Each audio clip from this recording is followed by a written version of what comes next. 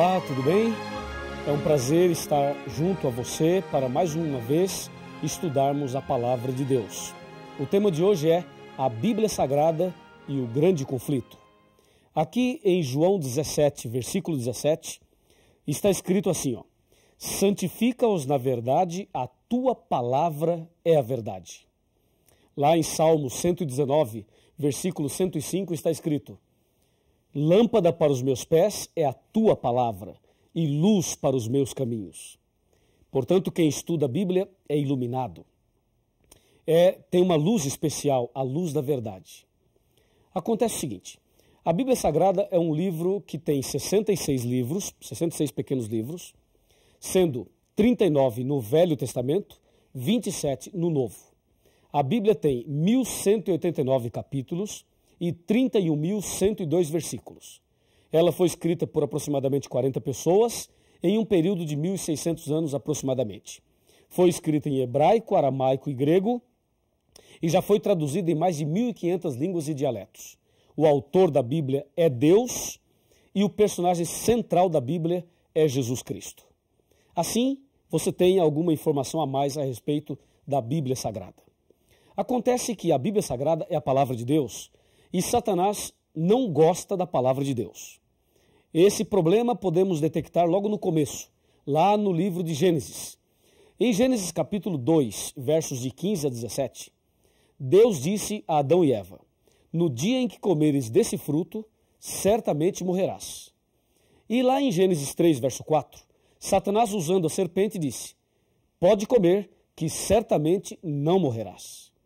Você percebeu que a palavra de Deus era, certamente morrerás. E a palavra torcida de Satanás foi, certamente não morrerás. Ou seja, Satanás acrescentou um não à palavra de Deus. E sabe o que diz Apocalipse capítulo 22, versículos 18 e 19? Eu vou abrir aqui a Bíblia e vou ler para você. Apocalipse 22, 18 e 19. Eu, a todo aquele que ouve as palavras da profecia desse livro, testifico. Se alguém lhes fizer qualquer acréscimo, Deus lhe acrescentará os flagelos escritos nesse livro. E se alguém tirar qualquer coisa das palavras da profecia desse livro, Deus tirará a sua parte da árvore da vida e da cidade santa que se acham escritas nesse livro. Percebeu? Não se pode acrescentar e não se pode tirar nada. E lá em Gênesis, percebemos Satanás acrescentando uma palavra à palavra de Deus. E aquele acréscimo trouxe algum problema? Claro que trouxe. Ali, baseado naquele acréscimo de Satanás, surgiu a doutrina do espiritismo, de que a pessoa não morre. E isto tem trazido dificuldades hoje para muita gente, e hoje um dos temas mais debatidos é o tema da morte. Para onde a pessoa vai depois que ela morre? Vai para o céu? Vai para o inferno? Vai para o purgatório? Vai para o mundo dos espíritos? Vai para o seio de Abraão? Vai para o cemitério? Para onde vai? Fica flutuando? Reencarna? Não reencarna? E aí? Veja, toda essa questão que eu acabei de colocar foi despertada e foi colocada aí a partir daquele momento em que Satanás, usando uma cobra, disse a Adão e Eva, certamente não morrerás. Quando as pessoas acrescentam alguma coisa ou tiram alguma coisa da palavra de Deus, consequentemente, teremos problemas. Durante toda a história, Satanás sempre tentou mexer, mudar, atrapalhar a palavra de Deus. Nos nossos dias, podemos perceber a sutileza de Satanás ao tentar mexer na palavra de Deus. Vamos analisar isto com bastante carinho, com bastante atenção. Me acompanhe aqui no raciocínio desse ponto do tema. Hoje existem muitas versões da Bíblia, muitas traduções da Bíblia, não é verdade? Existem tantas versões que você pega um versículo e analisa em várias versões e, se não tomar cuidado, uma ou outra parece não traduzir corretamente aquele texto. Aquele texto do hebraico, ou do aramaico, ou da língua grega. E parece que alguns versículos ficam assim meio que no ar. Algumas pessoas tentam interpretar o versículo e aí complica mais ainda. Por exemplo, há algumas Bíblias aí que quando você pega Apocalipse 1, versículo 10, ali diz, fui arrebatado do Espírito no dia do Senhor. Só fala isso, não diz mais nada. Aí algumas pessoas colocam no rodapé lá embaixo da Bíblia, dizendo: o dia do Senhor é o domingo. E já colocam ali o seu ponto de vista. Dessa forma, as pessoas começam a tentar mexer no texto sagrado. Isto não pode. Outras traduções tiram algumas palavras. Por exemplo, a tradução Novo Mundo. A tradução Novo Mundo da Sociedade Torre de Vigia, quando cita lá João capítulo 1, versos de 1 a 3, e diz: no princípio era o verbo estava com Deus e o verbo era Deus. Depois no verso 14 diz: e o verbo se fez carne e habitou entre nós. Aquele verbo é Jesus. E Jesus é apresentado em João como Deus Criador. Mas na Bíblia, a tradução Novo Mundo, está escrito assim, ó: no princípio era a palavra estava com Deus e a palavra era um Deus. Esse um entre colchetes e esse Deus com D minúsculo. Colocando Jesus como uma criatura e não como Criador. Além de ser pecado isto, é uma blasfêmia e com isto há também o problema de mexer na palavra de Deus. E assim, existem outros casos que não temos agora condições e tempo para abordar todos eles. Você já pode perceber que Satanás está também lutando nesse grande conflito contra a palavra de Deus. E uma das coisas que o inimigo é especialista é tentar levar as pessoas a criarem uma falsa interpretação. Hoje, em nossos dias, existem cerca de 36 mil religiões do ramo cristão. E cada religião fala uma coisa. Cada religião tem uma doutrina, tem um pensamento. E por que existem tantas religiões e a cada dia surgem novas? Justamente porque as pessoas leem uma coisa e entendem outra. Ou porque o inimigo muitas vezes atrapalha a compreensão da pessoa da palavra de Deus. E por isso nós temos que tomar bastante cuidado e prestar muita atenção e ler a palavra de Deus sempre com muita oração. Se você pegar a Bíblia romana e a Bíblia João Ferreira de Almeida e fizer uma comparação, você irá perceber algumas coisas graves. Eu vou lhe mostrar algumas delas. Me acompanhe. Agora eu vou fazer uma análise rápida da Bíblia romana e também fazer uma comparação com a Bíblia João Ferreira de Almeida, atualizada ou corrigida, tanto faz. Me acompanhe aqui. Ó. Na palavra de Deus, já disse, ela tem 66 livros, certo? Disse também que ela tem 1.189 capítulos, 31.102 versículos, 773.693 palavras e 3.566.480 letras. E vimos que a Bíblia está subdividida em 5 partes, foi o nosso primeiro estudo. Agora veja, a ira de Satanás contra a palavra de Deus levou ao seguinte problema, comparando a Bíblia romana com a Bíblia original. Na Bíblia original, nós sabemos, como eu já disse, existem 66 livros, mas a Bíblia romana tem 73 livros. Assim, podemos perceber a ira de Satanás mexendo na palavra de Deus. Como já vimos também, ele é especialista em mudar e torcer a palavra de Deus. Por exemplo, na Bíblia romana, existem 7 livros a mais. O primeiro livro é 1 Macabeus, depois 2 Macabeus, depois Tobias, em seguida Judite, depois Sabedoria, Eclesiástico e Baruque. Esses 7 livros são conhecidos como livros apócrifos, ou seja, livros ocultos. A palavra apócrifo aí vem do grego, que quer dizer oculto. Alguma coisa que não foi revelada por Deus. Então esses 7 livros aí aparecem a mais na Bíblia romana. E mais, no livro de Esther existe um acréscimo. E no livro de Daniel também existe um acréscimo. Assim, a Bíblia romana vai contra um princípio da própria Bíblia, que diz: nada deve ser acrescentado e nada deve ser tirado. Como você pode perceber, eles acrescentaram, enquanto em outras versões eles tiraram. Mas nós devemos manter fidelidade à palavra de Deus. E hoje, em nossos dias, muitas pessoas não aceitam certos pontos bíblicos porque dizem: isso está no Velho Testamento. Veja, as pessoas às vezes acham que pelo fato de estar no Velho Testamento não devem aceitar.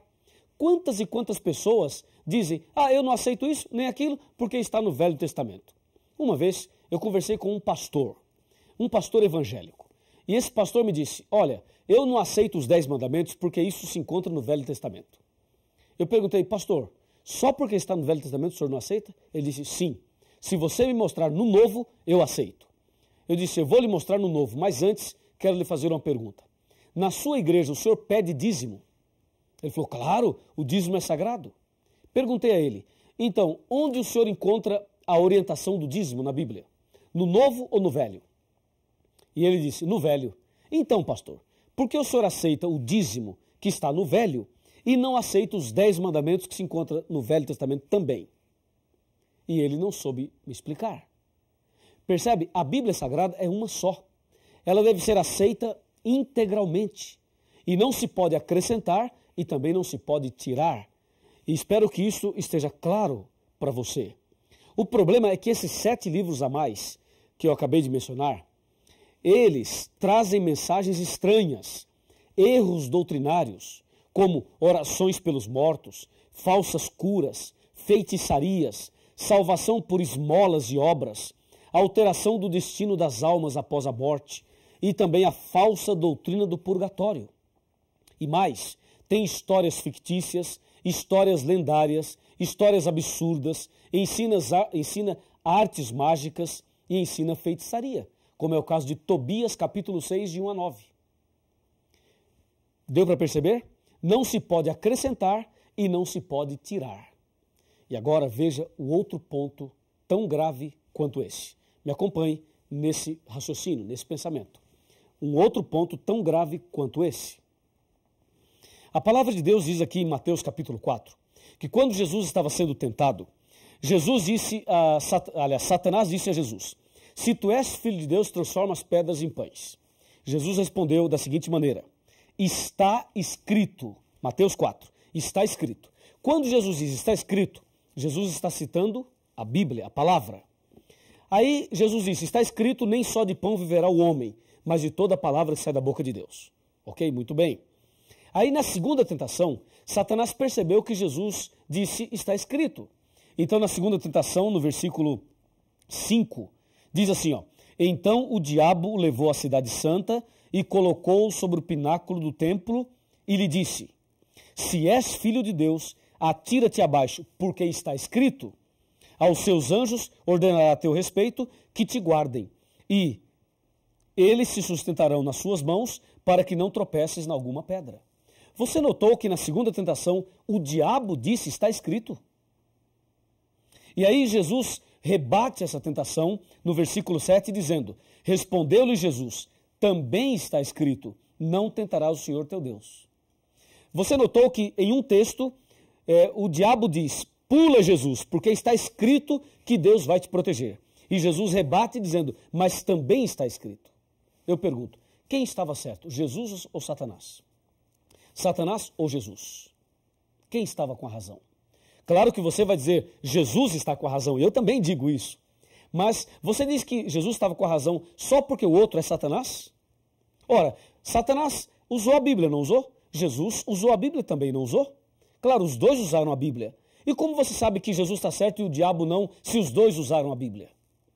Quer ver? Para complicar um pouquinho mais. Imagina, tira Jesus, tira Satanás do contexto aqui, do cenário aqui, e coloque uma religião no lugar de Jesus e outra no lugar do diabo.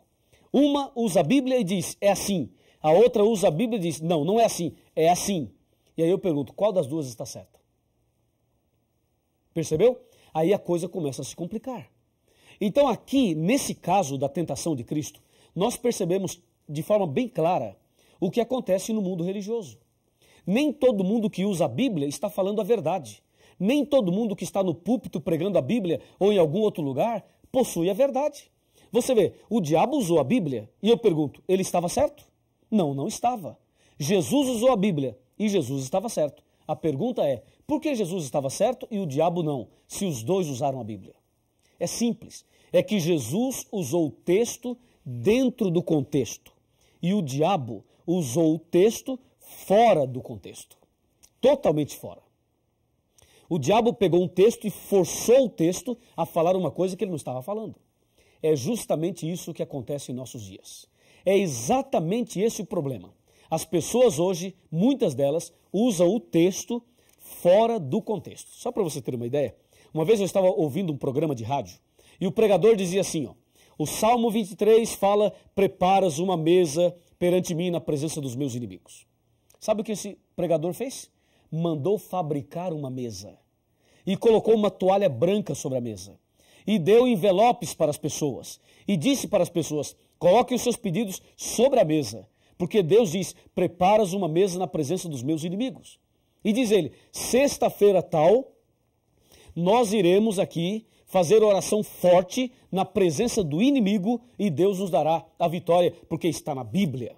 Você percebeu? Ele pegou um texto da Bíblia, torceu o texto e fez o texto falar uma coisa que não está falando para tentar convencer as pessoas a darem dinheiro e a fazer a campanha que ele queria fazer.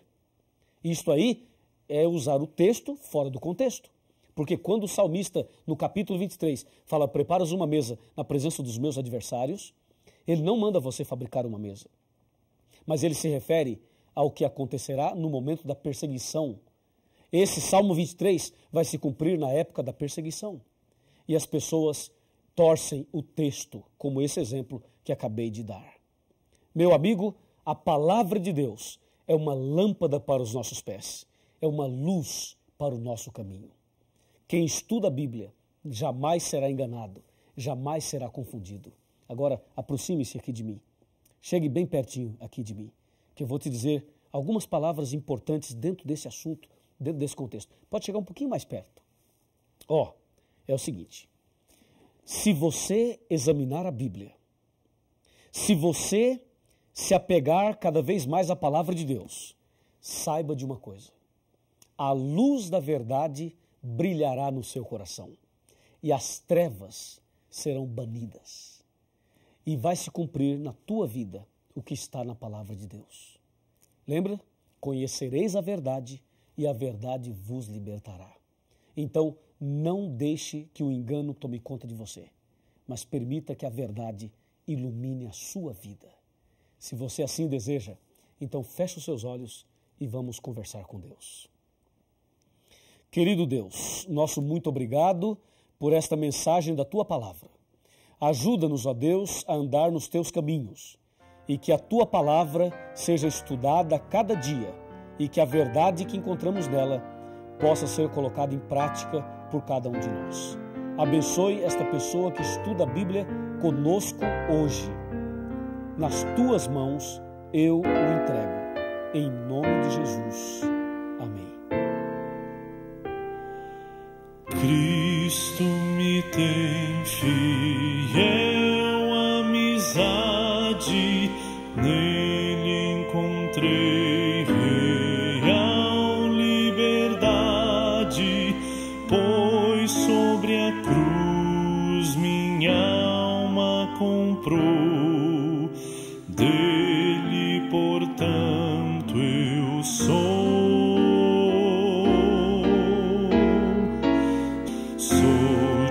Jesus agora, meu é Jesus também, meu Ele é agora, meu para sempre.